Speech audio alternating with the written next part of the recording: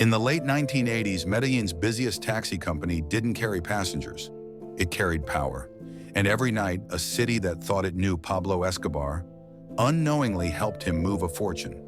On paper, the fleet looked normal. Permits, plates, meters, even a dispatcher with a dog-eared notebook.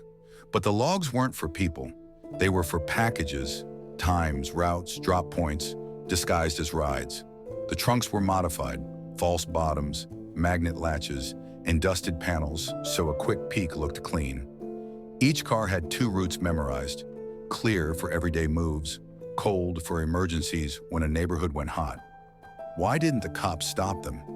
Some drivers flashed a familiar plate, some carried photocopied priority slips, some paid, many were cartel loyalists. A taxi in Medellin wasn't suspicious. That was the point.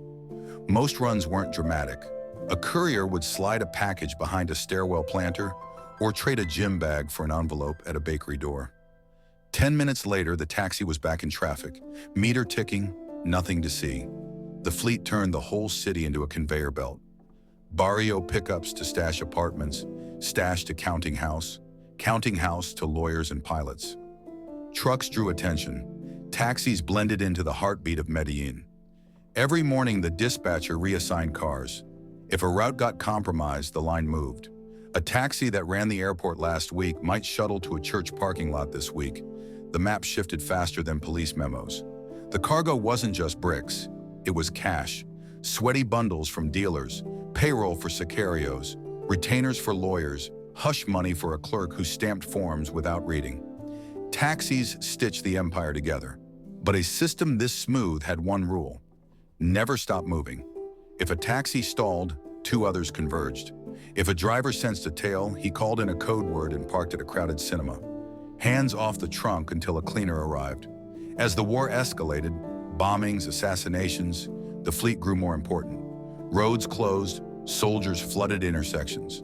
Still the yellow cars flowed, turning crisis into cover.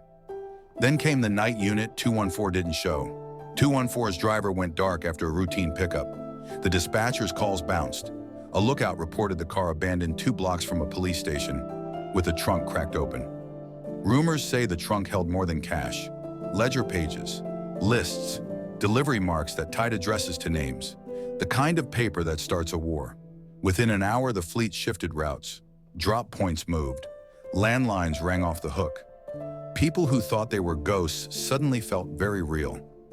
By sunrise, neighborhoods were sealed. Drivers ditched cabs for buses. Mechanics torched plates. A city that smuggled itself swallowed the evidence and kept breathing. No official report ever confirmed 214's contents. Some say a rival fed the station a tip and placed the ledgers as bait. Others say 214 wasn't abandoned at all. It was retrieved, witnessed by no one, argued about forever. Today, the fleet is gone. But in a place where traffic never stops, the idea survived. The best hiding place is the thing everyone expects to see. A city of passengers never noticed who was really getting a ride.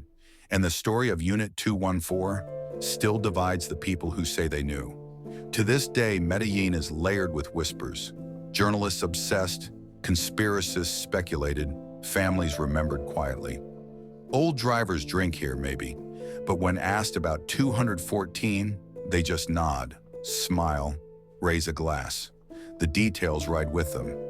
Did Unit 214's secret surface, or was it hidden so deep, even time forgot?